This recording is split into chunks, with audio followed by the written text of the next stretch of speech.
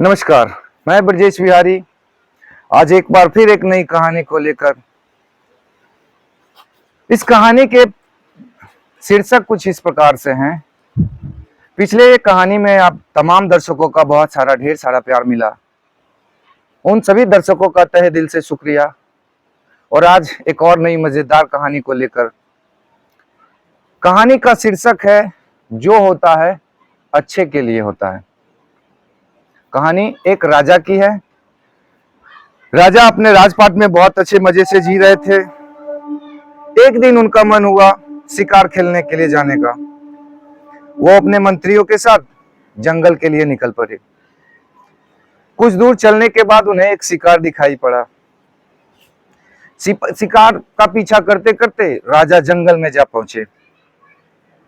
जंगल में पहुंचने के बाद शिकार कभी उनसे ओझल होता, कभी दिखता, कभी छुपता, कभी निकलता, कभी भागता, कभी रुकता। राजा उसका पीछा करते करते बहुत घनघोर जंगल में पहुंच गए। उनके साथ तमाम मंत्री शंत्री और सिपाहीगण भी मौजूद थे। राजा साहब जब तो शिकारी पे अपनी प्रत्यंचा चढ़ाते हैं, तीर धनुष से निशाना लगाते हैं, तो उतने में ही उनका घोड़ा जो था थोड़ा सा अपना रुख को बदल लिया। मतलब जाना इधर था, थोड़ा सा रुख उसका मुड़ा नहीं। राजा का वो निशाना अचूक हो गया। वो निशाने पे सही से जाके तीर लगा नहीं। और उस चक्कर में हुआ क्या कि प्रत्यंचा से जो धनुष की तार थी, उस तार से उस राजा की उंगली कट गई। अब वो हैरान परेशान हो गए, हाथ लहलुहान। मंत्री जी को बुलवाया गया कि आइए मेरी दशा देखिए, ये क्या हो गया, मेरी उंगलियों को पकड़िए। मंत्री जी भागे भागे आए। राजा के हाथों में पट्टियां लगाई। पट्टियां बांधते बांधते उनकी जुबान से क्या निकलता है, राजा साहब जो होता है अच्छे के लिए होता है। ये बात सुनते ही राजा साहब को गुस्सा आ गया। उन्होंने कहा, सिपाहियों, ये इसका दिमाग मंत्री का खराब हो गया है, इसे जेल खाने में डाल दिया जाए। इतना सुनते ही सारे सिपाही मंत्री जी को पकड़कर कैद खाने की ओर चले गए, अपने राज्य की तरफ।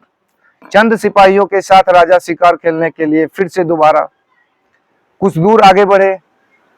आगे जाने के बाद फिर शिकार का वही लुका छिपी वाला खेल। कुछ दूर अंदर जाने के बाद जब उसे शिकार पे नजर पड़ी तो फिर से राजा जब तक निशाना लगा ही रहे थे तो पीछे मुड़कर देखते हैं कि पीछे एक भी सिपाही उनके है ही नहीं।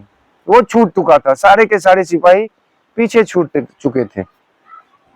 अंत में मनो यह हुआ कि वहां आदिवासी कह सकते हो, माओ क्या कह सकते हो उसे, आदि मानवों का एक झुंड राजा को चारों तरफ से घेर लिया। राजा परेशान। उसका जो सबसे सर्वोसर्वा मेट था वो कहने लगा कि आज कोई बलि देने के लिए मिला नहीं है, आज यही व्यक्ति हमें मिला है। चलो अपने महाराज को भेंट करते हैं, इसकी बलि चढ़ाते हैं। राजा इस बात को सुनते ही परेशान हो गया, लेकिन वो कर भी क्या सकता था। चारों तरफ से उसके एक सिपाही नहीं, ये आदि मानवों से घिरा हुआ राजा पहुंच गया आदि मानव के सरदार के पास। और बोला गया कि महाराज आज कोई मिला नहीं है, यही व्यक्ति मिला है, आज इसी की बलि मां काली को चढ़ाई जाए। नहला धोला कर राजा को मां काली के दरबार में खड़ा किया गया। जैसे ही वो सारी विधि व्यवस्था के साथ उसकी बलि देने वाले ही थे तो उसके सरदार का नजर उनकी उंगलियों पे पड़ा। तो अपने वो सिपाहियों से कहते हैं, सिपाहियों ये क्या कर रहे हो, इस व्यक्ति की बलि मां काली नहीं ले सकती, क्योंकि ये पहले से ही कटा हुआ है, और अगर इसका कोई भी भाग छोटा हो, कटा हो, तो वैसे में अपनी मां काली को हम ये बलि नहीं दे सकते, इसे छोड़ दिया जाए। आज की पूजा मां काली को बिना बलि के ही दी जाए, इसका देने से या ना देने से कोई फायदा नहीं, इसे छोड़ दो। ये सुनते ही राजा रोने लगा, पश्चाताप के आंसू निकलने लगे। राजा को वो अपने मंत्री की बात याद आ गई। मंत्री जी कह रहे थे कि जो होता है अच्छे के लिए होता है। जब राजा को वहां से छोड़ दिया गया, राजा अपने राज्य में पहुंचे। फिर दोबारा लौटकर पहुंचने के बाद मंत्री जी को फिर पुनः वो भागे भागे गए जेल खाने के पास। मंत्री जी के पास पहुंचे।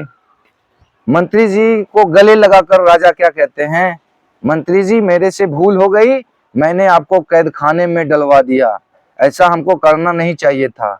आप अगर ऐसा नहीं कहते तो शायद या मेरी बलि वहां चढ़ जाती। आज तो मैं किसी प्रकार से बच गया, आपका ये कहना बिल्कुल उचित था, जो होता है अच्छे के लिए होता है। राजा की ये बात सुनते ही मंत्री जी फिर दोबारा कह पड़ते हैं, महाराज जो होता है अच्छे के लिए होता है। राजा एक बार फिर चौंक जाते हैं, ये मंत्री जी दोबारा आप ऐसा क्यों कर रहे हो? एक मर्तबा तो हमारी बात समझ में आई, लेकिन अभी फिर आप उसी बात को दोहरा रहे हो। तो मंत्री जी कहते हैं, महाराज अगर मैं इन शब्दों का प्रयोग उस समय नहीं करता तो आप मुझे जेल खाने में नहीं डालते, और अगर मैं जेल खाने में नहीं जाता तो आपका पीछा कतई नहीं छोड़ता, मैं आपके साथ हमेशा रहता। और जब उन आदि मानवों के बीच में घिरा अकेला मैं मिलता तो आपको छोड़कर तो महाराज हमारी बलि तो निश्चित दी जाती। इसलिए कहते हैं ना कि आप अपने निरंतर पथ पे लगे रहें, आप अपना पूरा प्रयास करते रहें। ऊपर वाला जो करता है अच्छे के लिए करता है। आप कभी खुद से उदास ना हो, खुद से परेशान ना हो। औरों की बात सुनने के लिए बहुत सारी बात मिलती है, लेकिन ऊपर वाला कभी किसी के साथ गलत नहीं करता। जो जैसा करता है वो ऐसा भरता है। हर हर महादेव।